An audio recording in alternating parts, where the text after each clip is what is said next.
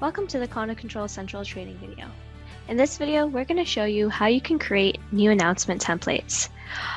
The first step is to go to the left-hand side menu and select Announcements. Next, you're going to click on Create New Announcement.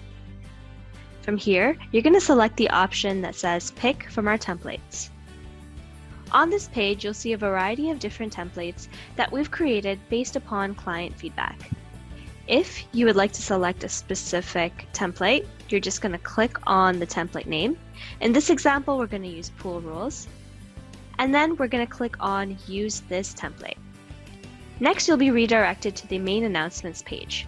On the right-hand side, you'll see an email preview of what will be sent out to the residents. If you'd like to change any of the text in the announcement, you can go into the details section and make all of your changes. Once you're ready to post the announcement, you're just going to go and add in the expiration date,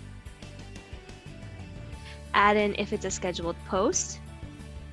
You can attach your files, you can select to save it in the file library, and then you're just going to select which groups you want to receive the announcement. Once you're ready to post it, you're just going to press I agree and then post.